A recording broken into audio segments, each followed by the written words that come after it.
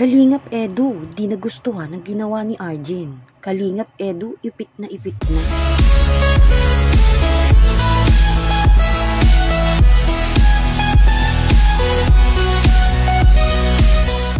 Kalingap Edu, di natuwa sa ginawa ni Arjen. Arjen gumawa ng issue. Tara, alamin natin. Kamusta po mga kalingap? Muling nagbabalik ang inyong lingkod mini vlog. Naghahatid ng update tungkol sa kalingap. Kung bago ka pa lang sa aking channel, mag-subscribe na at huwag kalimutang mag-like para lagi kayong updated sa aking mga videos.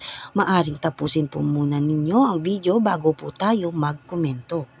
Kalingap Edu, di na nga natutuwa sa mga pinaggagawa ni Arjen at gumagawa pa ito ng issue at parang may binabalak pa kay Kalingap Edu. Ganun na lang ang kanyang papansin dito.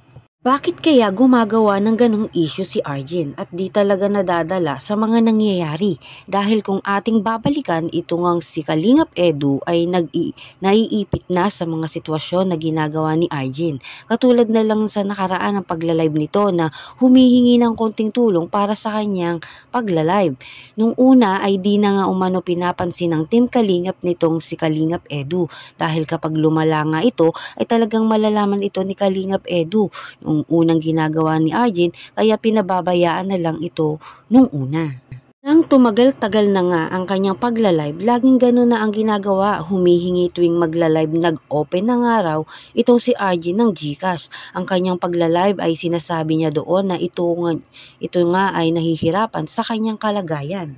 Di naman umano nakikita na itong si Arjen ay nagsisisi sa kanyang mga gawain. Ayon sa kanya, nahihirapan daw siya sa kanyang tuition at mga gagamitin sa kanyang pag-aaral at mga project. Kaya naman talagang humihingi di umano ito ng konting tulong doon nga po sa kanyang live. Di man lang nahiya itong si Arjen kay Kalingap Edu.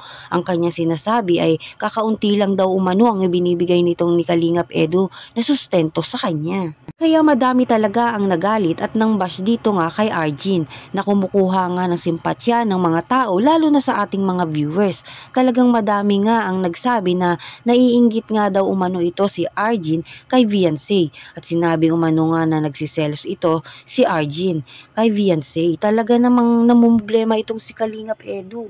Kung babalikan natin ang dating issue din dito kay Arjen, talagang inaantay ito ni Kalingap Edu si Arjen galing school at sinabi nga nito sa live na di niya nagustuhan ang ginawa niya nitong si Arjen. Di man lang ma-appreciate ni Arjen na talaga namang pinuntahan pa talaga siya ni Kalingap Edu dahil nag-aalala nga ito si Kalingap Edu dahil nagmamakaawa nga itong si Arjen sa live at nanghihingi ng tulong. Kaya muling binigyang pag-asa ulit ito si Arjen ni Kalingap Edu. Kaya tinanong siya ni Kalingap Edu kung ito ngang si Arjen ay magpapatuloy pa sa Team Kalingap o bubukod na dahil kung gagawa nga po si Arjen ng account na sarili ay pababayaan na lang siya ni Kalingap Edu. Ngunit kung siya ay magpapatuloy sa Team Kalingap ay tatanggapin naman itong si Arjen.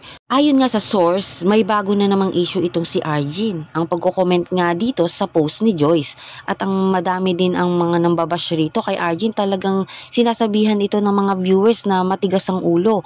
Kumbaga talagang ipinapahamak niya si Kalingap Edu at ang EDC. Ang iba naman di umano itong si Arjen ay may gusto nga kay Edu at mukhang gusto niya ay siya ang pumalit kay Viancy dahil malabo naman mangyari iyon. Dahil nais din ni Kalingap Edu na makatapos din si Viancy. Dahil nga umano na ginagawa nitong si Arjen ay naiipit ito sa social media sa nangyayari. Mapapayo ko lang dito kay Arjen, maganda na tinutulungan siya ni Kalingap Edu sa kanyang pag-aaral. Kung nais naman niya na siya ay sumikat, dapat ipakita niya ang mabuting bagay o mga gawain. Di yung magiging sikat ka dahil may issue, dahil nga maiipit talaga si Kalingap Edu. Na gaya niyan, maayos ang love team ng EDC tapos sisirain dahil sa pagsiselos. Kayo, ano ang masasabi nyo rito kay Arjen?